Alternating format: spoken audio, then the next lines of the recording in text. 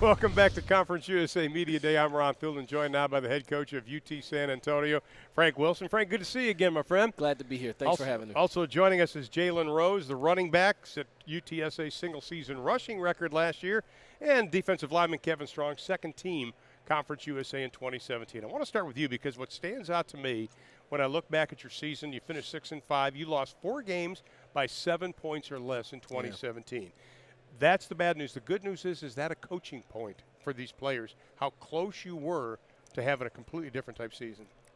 I think so. I think when you look at our team, it resonates that the guy who's with the next up mentality realizes that it's sincere and it's not just lip service, that he has to be ready to go. We had some injuries throughout the year, and that's been our whole battle cry this offseason, this spring, is to build quality depth from top to bottom, that the drop-off from the guy who's the one is minimal to the guy who's 2 or 3, and that will allow us to be able to handle the wherewithal of a football season. Now, you had your first game with Houston canceled because of weather. Do you think that kind of got you – I don't want to put a blame on that, but to get it off kilter, off schedule, you think? No, I thought we found stride, and we were able to start off 3-0. And then the reality of our sport set in that you have things that come up. And so it was quite some time before we had that starting 5 offensive linemen yet again, offensive linemen, all 5 of them play as a unit with the chemistry that we had worked so hard to get together. And so we had to overcome that. And probably about week 8, week 9, we got them all back, and we hit stride yet again. Now, you have only 2 starters back, I think, on the offensive line, so you have to go through that process again this year. Yeah, well, they're the only 2 starters on the entire offense. The next thing I was going to say is you lost a lot of production. Yeah, and so, but, we have some guys who've gotten meaningful snaps at the receiver position in Greg and Marquez, and, of course, Jalen as a starter. So we have some guys who have some experience, but we are youthful in a lot of spots, offensive line, tight end, et cetera. And of course, the big missing piece, the quarterback position, where we probably have 4 guys that are talented enough to go in and compete. That's more than we've ever had at the position, but they aren't experienced or battle-tested yet. Well, Dalton Sturm obviously has graduated, but when I look at the fact you've lost a lot of production, I look at how you've recruited, and when I go down the list, I see a lot of very talented guys that are probably biting at the bit to have their opportunity. Yeah, you're exactly right. And so we have to get those guys prepared to be able to do so. Jalen Rose actually led the team in rushing last year, but you did it splitting carries. Now that the onus is going to be on you to be the man, how do you take the approach this season? I just take it one step at a time. I have to prepare myself to do the best I can for the team and just accept my role. Well, you were 104th in the NCAA in offense, 10th in rushing. How important is it to get that offensive line going so you can have holes to open up to run? Well, big men lead this team, so we have to do whatever we can to motivate those guys to get it done, and I believe they will. So, does it matter to you about quarterback situation? I mean, do you like that competition you have back there? Competition is great. So, I love it, but whoever the guy will be, coach will make the right decision, and I'm rolling with it. Do you have to lean on the ground game, coach, in the early going, you think? I think to be an effective football team, you have to run the ball well, and so we'll always do that. I think it exemplifies who you are, the character of your football team, but I don't think we'll be limited to run only. You'll see us, and we have even in the past, throwing the ball, and I think we'll do the same this year and running and throwing to give us the balance that we need. Well, I look at the names that are in the running for quarterback, and you mentioned the different names. You have JC transfers, you have graduate transfers. Who is right now ahead? The most recent one, DJ Gillens, who you said, he hadn't gone through spring football, so he's been here this summer, so that's the unknown. A very talented, experienced young man, but hasn't gone through spring. The others have only gone through spring. Nobody has played in a season yet. Right. And so that determination will probably not be made till the end of fall camp in preparation for week 1.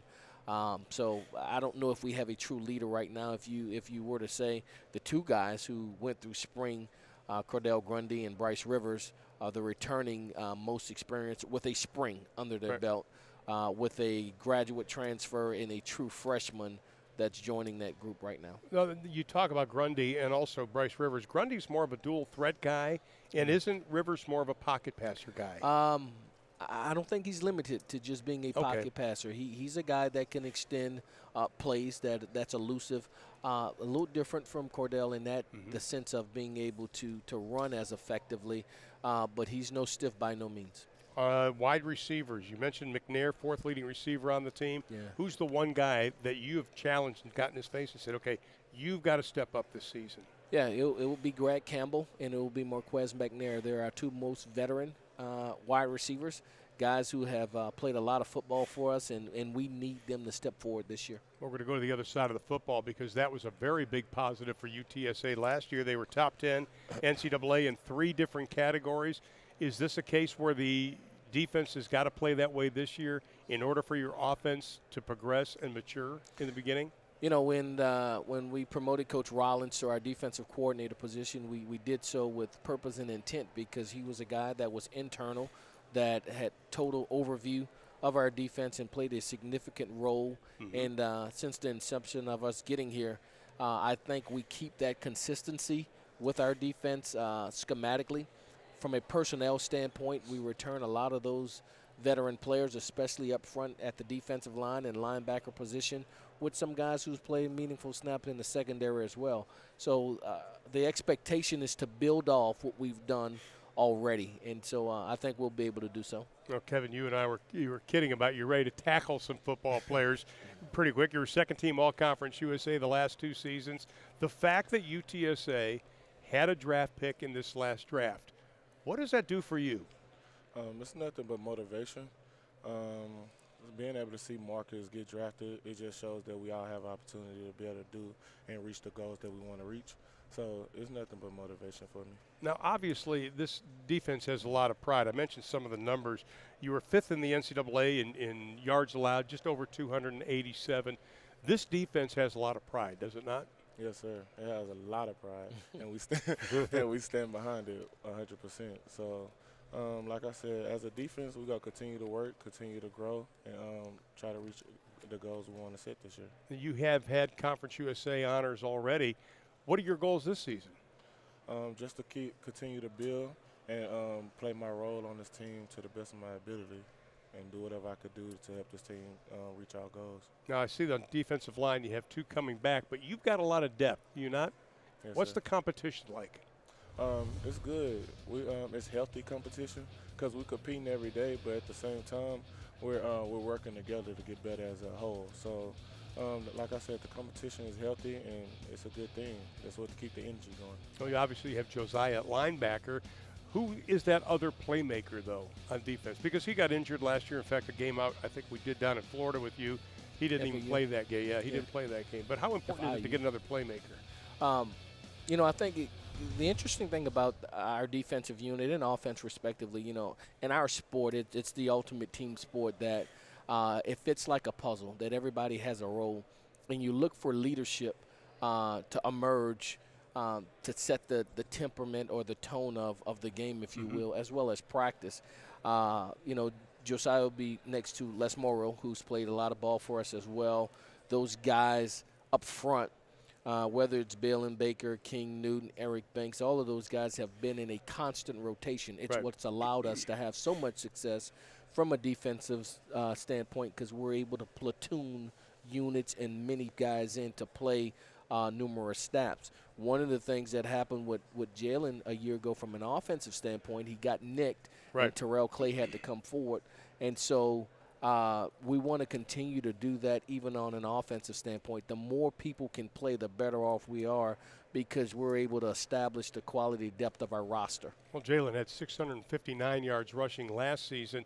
So coming into this year, the fact that you didn't get to go to a bowl after you went to a bowl the previous year, how disappointing was that last year? And is that kind of the ultimate goal for this team, besides the championship, obviously? Yeah. So our team goal every year is going to win the conference championship. So we want to be poised and in position to compete for Conference USA championship, winning the West, and then ultimately win conference.